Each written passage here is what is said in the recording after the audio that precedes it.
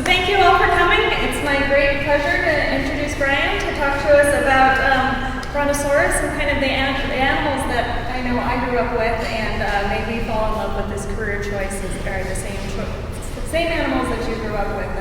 And so this is something I hope that a lot of us can relate to. Brian is a freelance science writer who's written for articles for huge publications like Science, Slate, Wired, and now has his blog Labs on National Geographic. And he also is a volunteer at the Utah Natural History Museum and does some field work and lab work for them. So he has a tremendous amount of experience and knowledge, and we'll let him share that with you.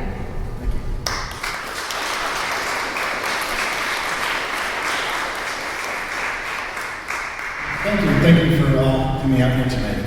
It's nice to be back in civilization a little bit. I was just out in the field for about 6 days. I still have many bug bites and blisters and sores that I'm recovering from.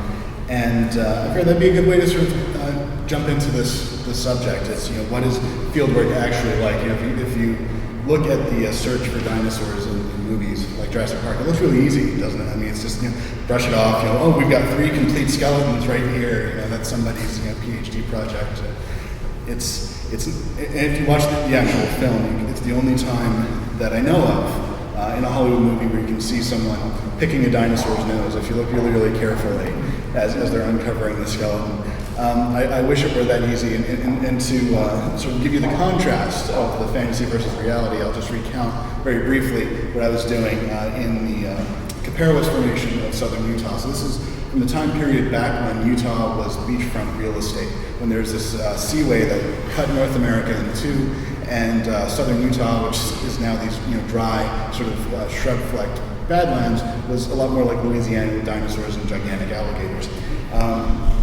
So, on any given field day, unless it's day one, the first question that you have to ask yourself when you wake up in the morning is, do I have a hangover?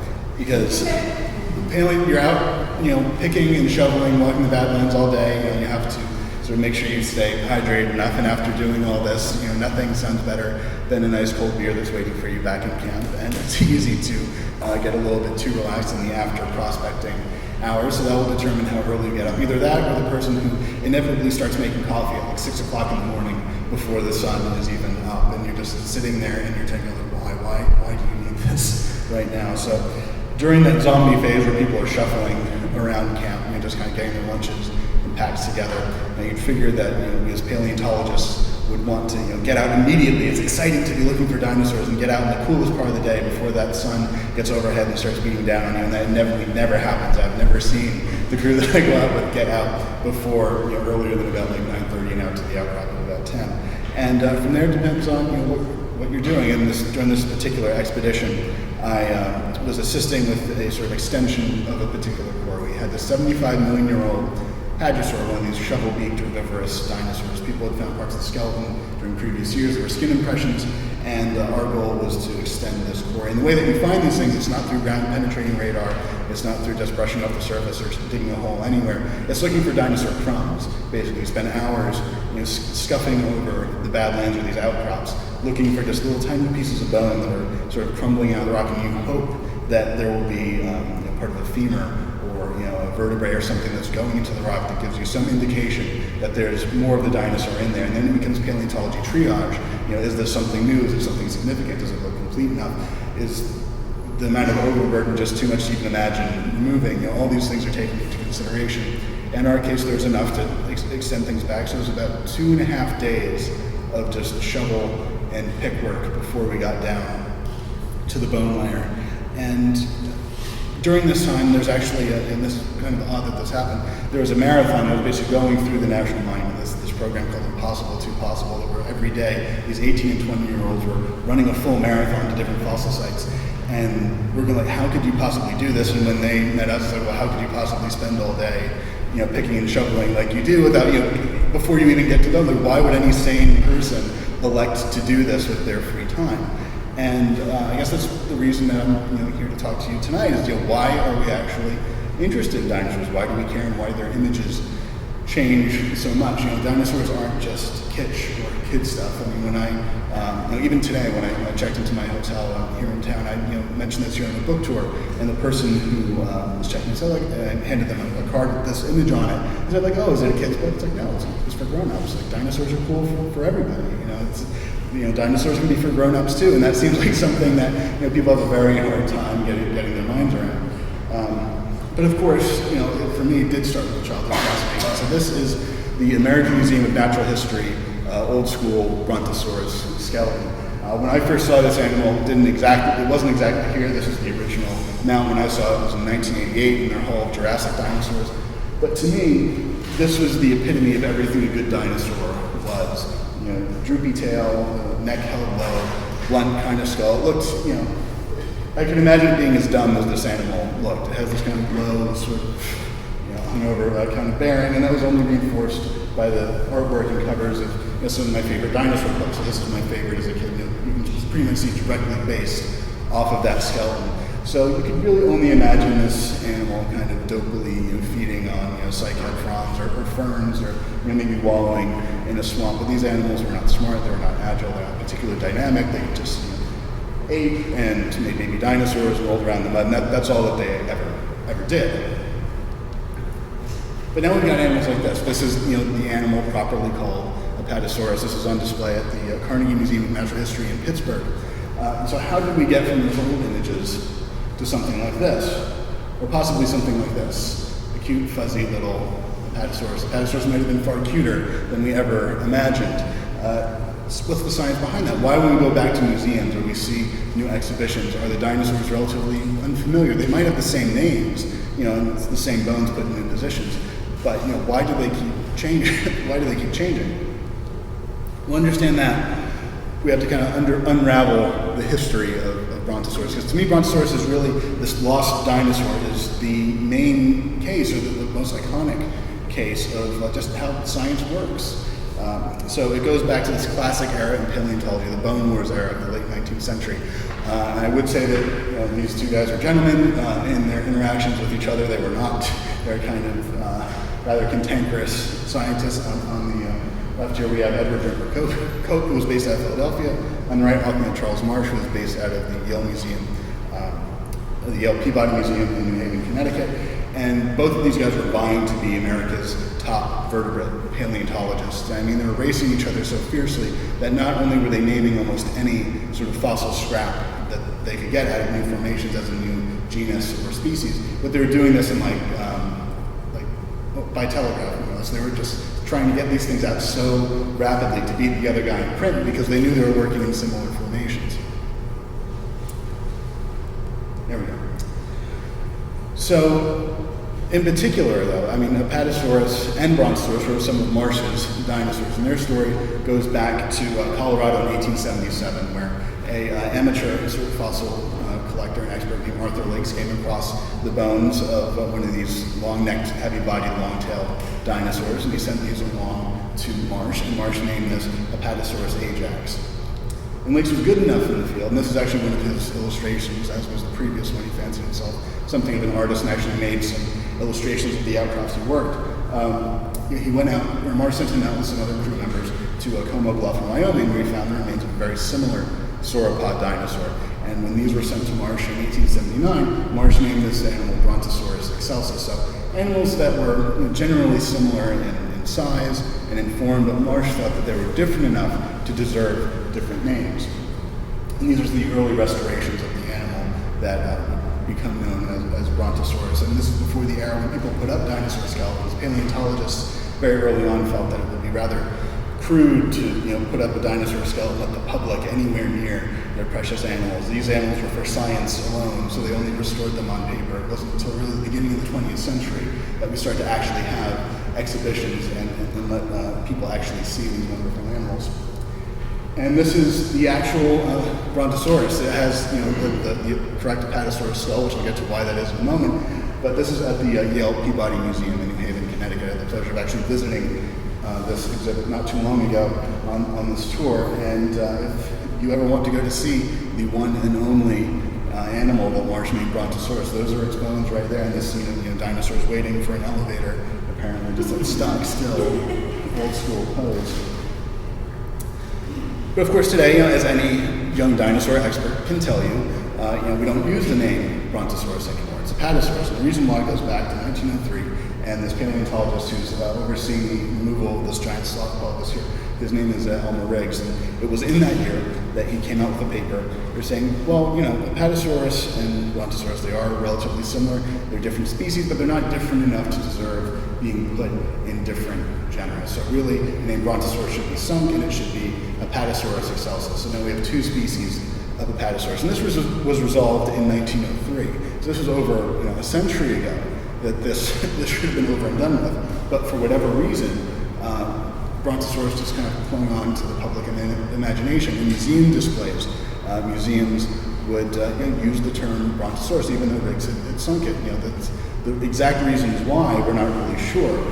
Just certain paleontologists were influential enough, like at the American Museum of Natural History, Henry Fairfield Osborn, who was their lead paleontologist, decided to just go with the name Brontosaurus. They didn't really say why, but that sort of set the precedent for other museums. So even though real experts in the field knew that the name probably shouldn't be used anymore, it still kind of persisted. And a lot of the personality, a lot of the imagery, I think, that was wrapped up with the name Brontosaurus basically came from the skull, because neither of the skeletons that Lakes helped excavate and that Marsh named had a skull on it. There were skull pieces at the Como Bluff quarry, but we didn't really know what the head looked like. And Marsh had the expectation that these dinosaurs, Brontosaurus in particular, were close relatives of another sauropod dinosaur found in the same deposits called Camarasaurus. This is the skull of this particular dinosaur. So when paleontologists went about creating heads for these decapitated sauropods, they used this as a model. So this is the head that was created for the Yale skeleton. This is the head that was created for the American Museum of Natural History specimen. And this is the one that was created for the Carnegie, although the Carnegie Museum left their skeleton headless for a long time until Riggs actually was going to show up and work on these dinosaurs, and then they kind of panicked, oh no, we need to put a head on our dinosaur immediately. But we now know that that head was totally wrong. As you saw in those early restorations, the skull of the dinosaur properly called Apatosaurus is relatively long, relatively low, has these pencil-shaped teeth at the front rather than these spoon-shaped teeth. Very different sort of personality. And the story behind that goes back to 1909 in my new home state of Utah, Dinosaur National Monument. So this is Earl Douglas. It was in that year that he discovered this massive Jurassic bone bed, this log jam of dinosaur bones. That dinosaurs that had died during a seasonal drought and been washed together and just sort of spread across this quarry surface. And as Douglas went about excavating, he found a number of headless sauropods, but he also just found isolated skulls. And some of the skulls, this is a representation of what the quarry looks like now. They actually reopened the sort of in situ museum a little bit more than a year ago, so you can go and see this and get some indication. Just these strings of tail vertebrae and neck vertebrae and isolated bones sort of dotting the surface. So within all that, Douglas was finding skulls that were similar to this. But he's also finding skulls that are a little bit wider. So if you look in the upper right-hand corner there, you can see the skull of a dinosaur called Diplodocus, and that skull had been found attached to a body, so paleontologists had a pretty good expectation of what the head of this animal looked like. But Douglas was also finding skulls that we now know are Apatosaurs, but really if you look at the differences between the two, they're not all that different. I mean, Apatosaurus is a little bit wider, it's a little bit bulkier, some of the bones are a little bit different in their arrangement, but you can see how people might get confused. So as Douglas was finding these things, he sort of had this tantalizing thought that maybe at long last he'd found the Apatosaurus or Brontosaurus skull, and his boss thought the same thing.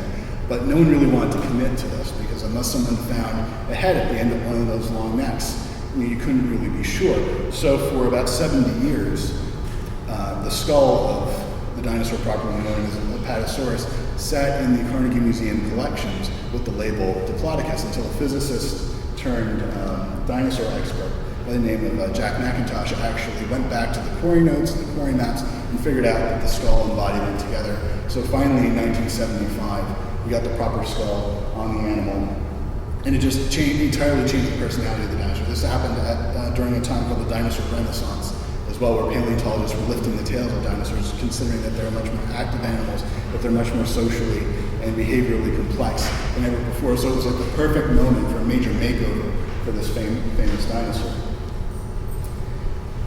But the changes didn't really stop there. I mean, that was a change in name and skull. But since then, paleontologists have been continuing to sort of alter our perception of what these animals are actually like. So to sort of continue on this theme, I figured I'd take you on sort of a quick tour of Catasaurus as we know now, and some of the scientific changes that are being made from snout to tail.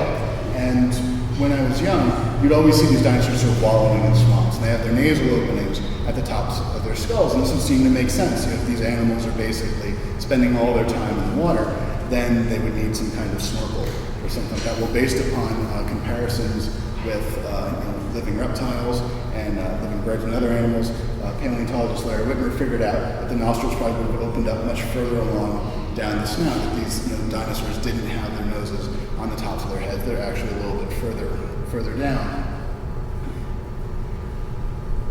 And even before that, even before the nostrils, we have those enigmatic sort of teeth. Like, what were these dinosaurs doing? That you have an 80-foot long animal, you're a relatively bulky and heavy animal, but this tiny head that became easily separated from the body, as Douglas and other paleontologists frustratingly found out. How do you feed an animal of that size with a head that can't chew, can't really do anything else, can't do anything except really just horf down ferns as fast as it possibly can? I mean, that's one of the big mysteries that's remaining. It seems we don't have stomachs or sort of the digestive equipment of these sauropod dinosaurs. It seems that they might have been hindgut fermenters, sort of like elephants, that like inside that huge rib cage, there's some apparatus that allowed them to efficiently break down food entirely inside there. But that's one of the things that we're still experiencing, or we're still trying to figure out.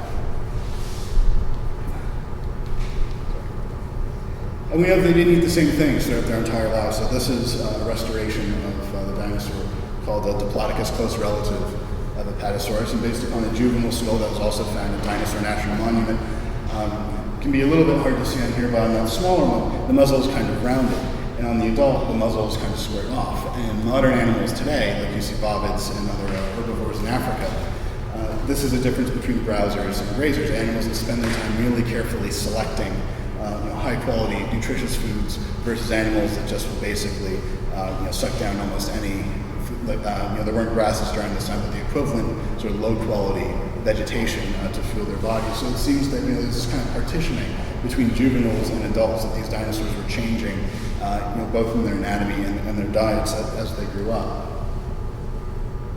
But of course, out of everything about sauropods, one of the weirdest things is their neck. I mean, compared to modern animals, they just blow everything else entirely away. And just the architecture of necks like this as well. I mean, you have, it's not neck like ours. If you look at the sculpturing, those are all spaces for air sacs that basically expanded out of the respiratory system and bathe the bone. No one has found these soft tissues, but based upon comparisons with modern birds, we know that they must have been there. And these structures help keep the skeleton light without sacrificing strength. So it allowed these dinosaurs, given their size, to be relatively light on their feet.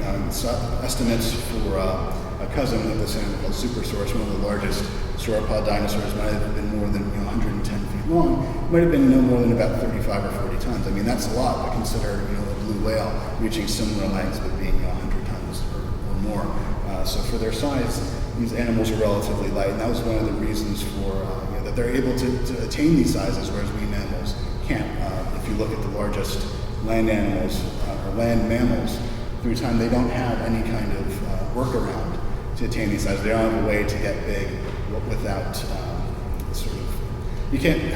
The classic comparison is like if you took a mouse and you made the mouse the size of the elephant, its legs would snap under it like twigs. There are things that need to happen in terms of skeletal proportions as you get bigger and bigger and bigger. Dinosaurs were able to sort of grow so large in part because they had a way to sort of circumvent these mechanical constraints that mammals just don't have.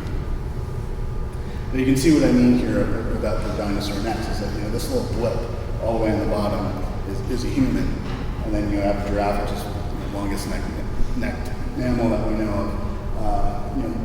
The reality of this, and Matt knows this well, given that this is from one of his papers, is not why giraffes have such long necks. It's why they have such short necks compared to animals like sauropod dinosaurs.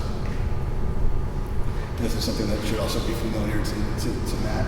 But it's absolutely mind-blowing, the sort of biology and physiology of these animals. So there's something that it's never been found directly in the fossil record, but we know it must have existed, called the recurrent laryngeal nerve, and it's this sort of connection between the brain and parts of the throat that you figure would have a relatively direct route that would just go from the brain right into the throat.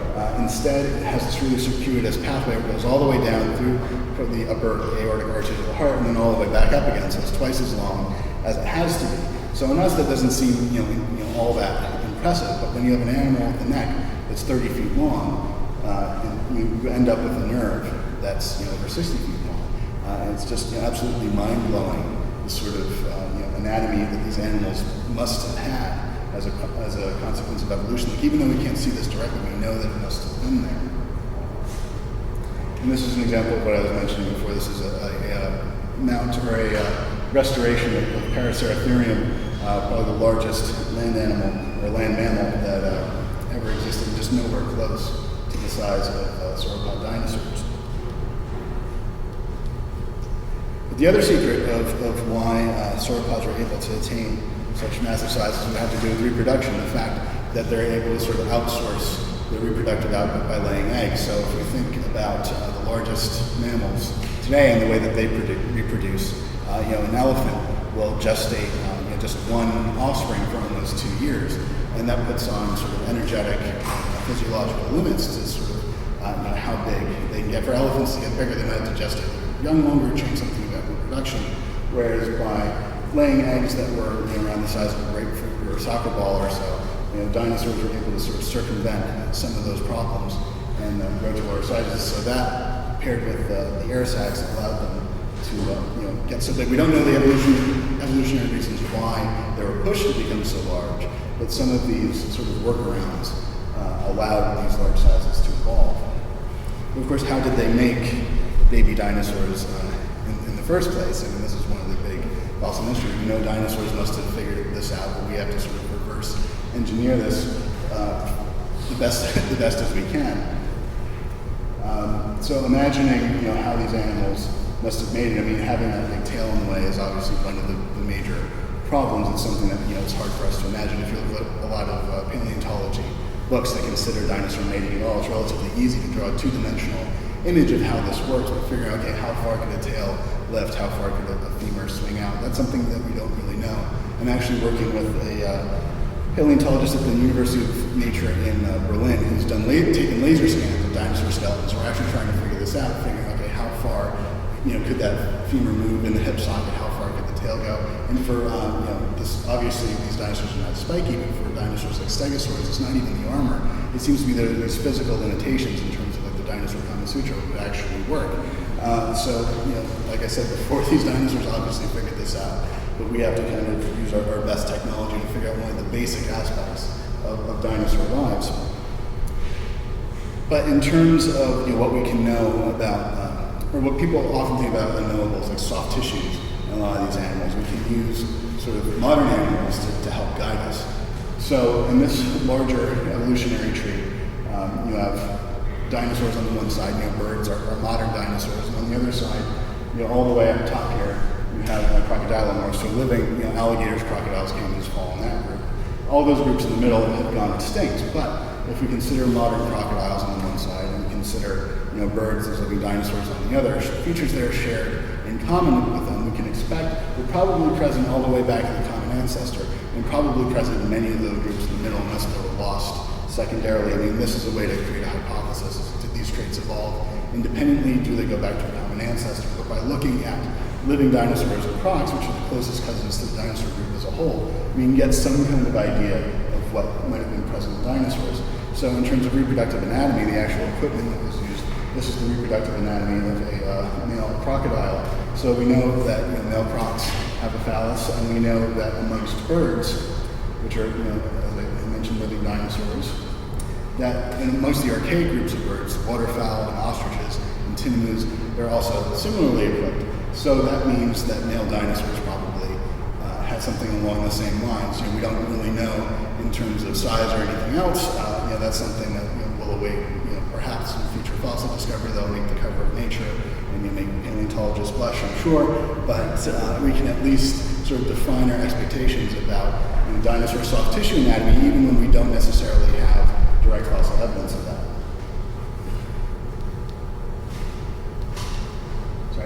This goes back to fossil feathers. So this is the other aspect. Like I mentioned, birds are living dinosaurs, right? This is one of the earliest feathery dinosaurs that we know of. This is the classic Archaeopteryx that lived about 150 million years ago, around the same time as a Catasaurus. And it shows this combination of features that perplexed paleontologists for a long time. You have feathers, and you have that wishbone kind of in the middle, the furcula, that this animal still has teeth, it still has claws. It looks like a little velociraptor, more or less, covered in feathers.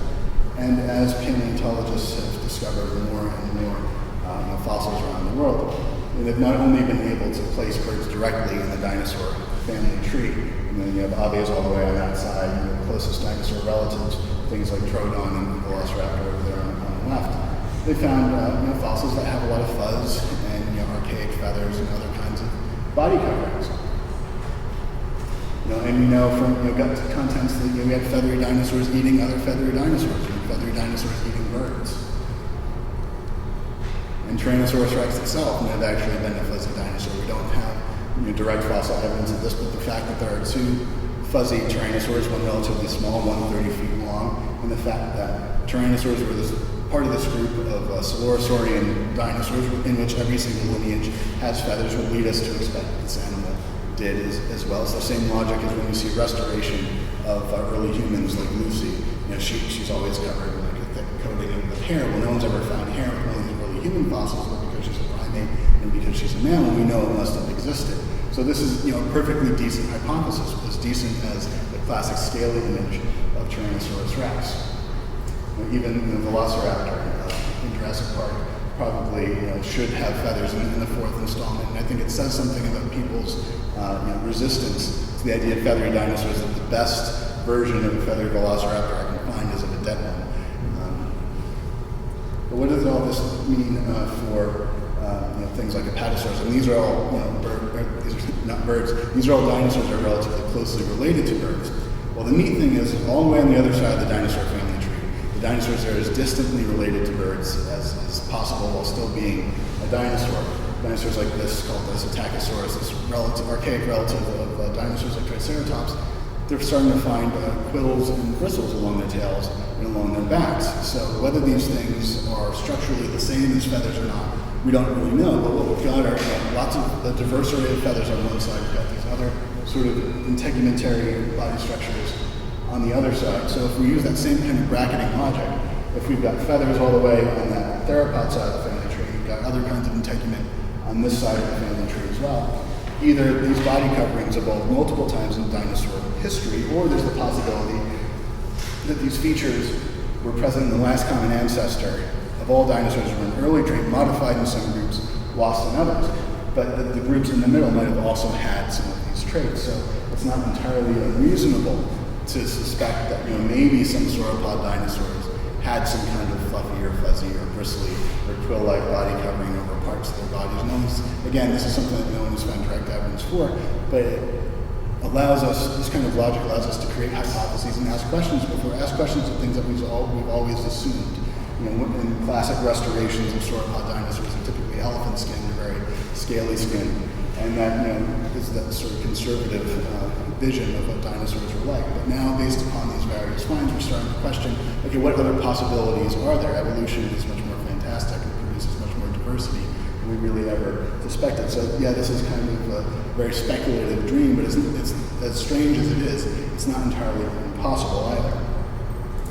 And now we're approaching the tail end of our Catasaurus tour, and one of the neat things about these dinosaurs is that they have this particular group of sauropod dinosaurs is that they have these long, what are often described as whiplash tails. This is a very, very extreme vision of what they might have been doing, but some people have done some biomechanical studies that maybe they could crack their tails sort of like whips to make at supersonic speeds to make some sort of sound. Or something. We don't really know why in this particular group they have this long, extended sort of tail process, and it's not present in other sorts of sauropod dinosaurs. So there are still mysteries about very familiar animals that we have yet to resolve. And it all goes to show that just because dinosaurs were herbivores doesn't mean that they were entirely peaceful or they weren't dangerous. I mean, if you're considering a bulky Apatosaurus that's 80 feet long, I wouldn't want to mess with that animal, certainly not, especially if it has a relatively small brain. Even though it's a cliche, around the size of a walnut or a little bit larger, it's probably not smart enough to determine friend from foe if you ever time travel back to the Jurassic. So I would be quite careful around these large dinosaurs.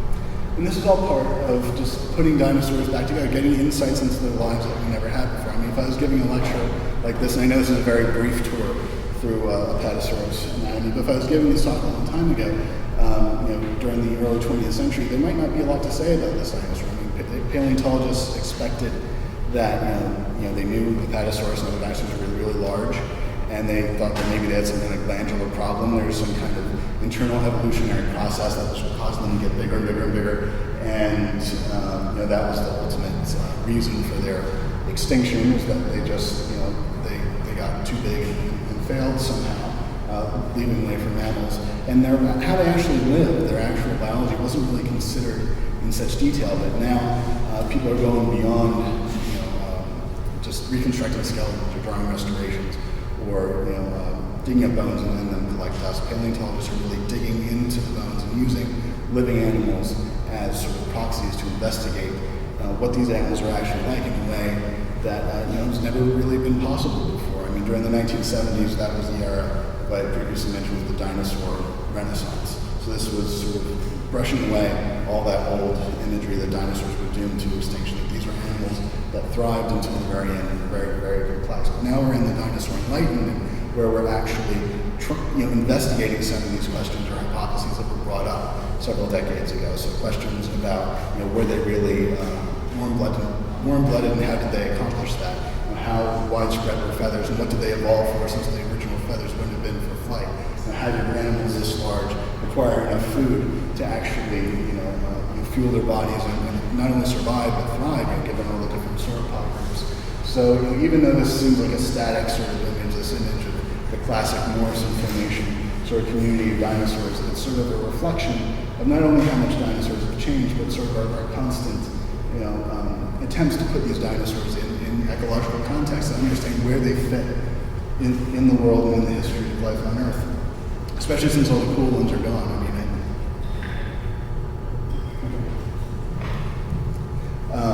So, no disrespect to ornithologists or birders, but to me, a chickadee just can't compete with the Triceratops, or a pigeon can't compete with the Tyrannosaurus. And this is one of the, I think, it's still one of the greatest murder mysteries in the history of life on Earth. It's, why did all the non-avian forms go extinct? Why did various other creatures during the time go extinct? Why did various mammal lineages, even bird lineages, go extinct? But we ended up being left with just one single group of dinosaurs. And for a long time, as I mentioned a few moments ago, paleontologists thought that dinosaurs were somehow internally doomed to extinction. But now it seems that they were just kind of recipients of bad luck in many respects. And when the asteroid impact hypothesis was originally sort of put forward in the 1980s, scientists and other disciplines kind of continued on the ongoing tradition of using dinosaurs to sort of frame our own worries about ultimate extinction. Scientists like Carl Sagan looked at the sort of impact hypothesis and what it might have done. So this idea that this asteroid that struck what is now the Yucatan Peninsula threw up a whole bunch of dust and debris into the air and blocked out the sun, killed off plant life, and caused this great extinction. So, well, we're risking the same thing with nuclear winter or mutually assured nuclear destruction. So, even in terms of Cold War politics, dinosaurs were brought into this as a lesson to be learned from. But I don't think that they're just sort of a cautionary tale about extinction, because after all, they are still with us.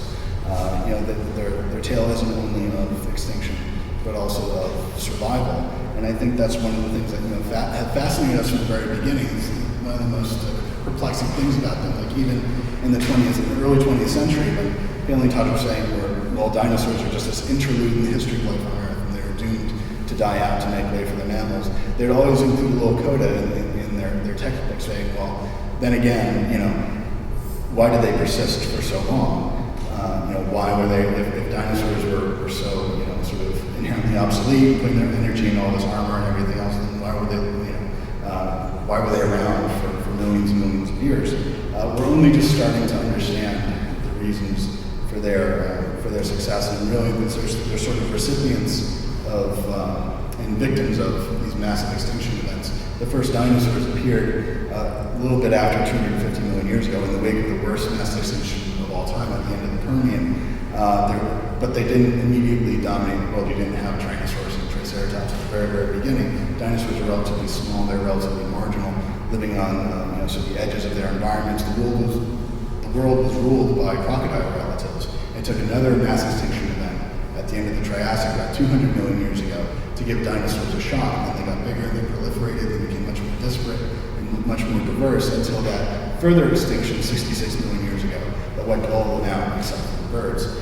So in understanding how evolution works, like there's no overriding direction or plan to this. It's just this constant unfolding and cutting back. We're starting to put dinosaurs in their place, and we're starting to put ourselves in place as well. So this is a site in eastern Montana around the town of Ecolaga. It's a microsite. So this particular kind of site, you're not going to get big articulated skeletons out of this. You mostly get fish vertebrae, and you get a lot of teeth, and you got a lot of small fossils. It's really great for getting a sort of census of who was around at the time. And these deposits are about 66 million years old, so at the very, very end of the Cretaceous, right before that mass extinction event. And as I was scuffing around, I picked up a lot of dinosaur teeth, and at first it's so exciting, and you realize like everyone has found 3 Tyrannosaur teeth already. It's the sort of shifting baseline, like you're so happy to find anything, and then you immediately get jaded by the fact that you can find dinosaur teeth all over this hill. But as I was scuffing around, I almost stepped on this, and I noticed that this is part of an upper jaw of a small marsupial mammal. It has 2 teeth embedded inside of it. So, and even though this wasn't one of my immediate ancestors, I don't have a pouch, none of us in this room are marsupials, it was still a prehistoric cousin of mine. It drove home the fact that mammals were around and living alongside dinosaurs for their entire sort of reign of dominance. The first mammals, or the early mammal precursors, appeared about the same time as the earliest dinosaurs did.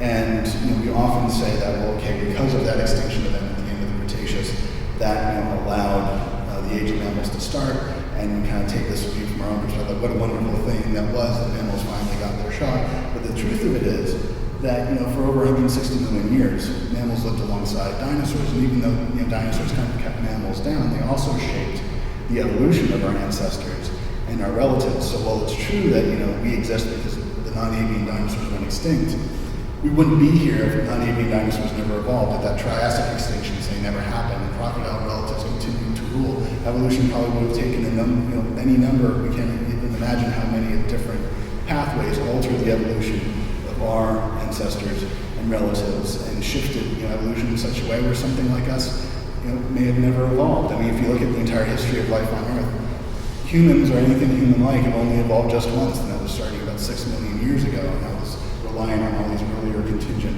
events. So, in terms of our own history, it's very much intertwined with dinosaurs. Like, our history didn't start the day that the last non-avian dinosaur died.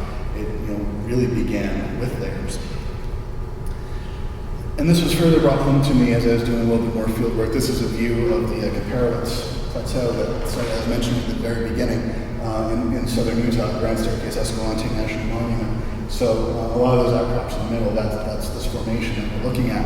And when I was out here this was taken in March of last year, I was out there with a crew from the Denver Museum of Nature and Science. There's a paleontologist on the crew, and as we're walking out to these outcrops, he said, well, given the way that the world is changing now, given global climate change, given invasive species, given the way that we're changing the world, like, why are we doing this? Why are we out here looking for remnants of ecosystems that have been dead for 76 million years? And I didn't immediately have a good answer for that, but the good thing about prospecting is it gives you lots and lots of time to think. And as I was thinking about this, I realized that really prehistoric environments like this are they're time capsules, and these environments were affected by many of the same issues that we're facing today. New species moving in, affecting the ones that are already there, shifts in climate change. By looking at these patterns, maybe we can learn something about how organisms respond to these persistent problems in our these persistent phenomena through time now, especially ones that we are now sort of driving or not in control of, that we're certainly contributing to. Yes, there's nothing quite like a Parasaurolophus or a Cosmoceratops or any of the other dinosaurs that we find this formation around today, but maybe in terms of general ecological and evolutionary rules, we can start to learn a little bit about how familiar shifts that are ongoing now affect life on Earth, and maybe start to put together an outline of the future. So dinosaurs and studying any fossil organism, it's not just about looking to the past to figure out the life of an animal that's long gone. It's sort of a static piece of history that we put on the shelf. I think they're very important, even dire lessons about extinction and survival that we can draw out of the past. I mean, if we want to shape our future in a way that's beneficial not only to us but to the planet that we live on, we really do need to look to the past. There's a geological axiom that goes, the present is the key to the past. That, to understand processes that existed in deep time, that we need to look around us today. Well, that's true from the sort of aspect of studying deep time, but it's just as true to say that now the past may very well be the key to the future. And for that reason, I truly believe that dinosaurs are not just kitsch or kid stuff or childhood monsters that we need to give up at a certain age, or and even though a particular study or a particular discovery about dinosaurs, the idea that they had these super long nerves or how they used their tails or what color they were, whether they had feathers, all this stuff might seem relatively trivial by itself, but you put all that together, you understand how that contributed to the evolution of these animals and how they responded to changes that we're still dealing with today. And dinosaurs become their own sort of speakers for the dead. They can tell us about, or at least give us some vague outline of what is yet to come. And for that reason, I think that everybody needs dinosaurs. Thank you very much for listening.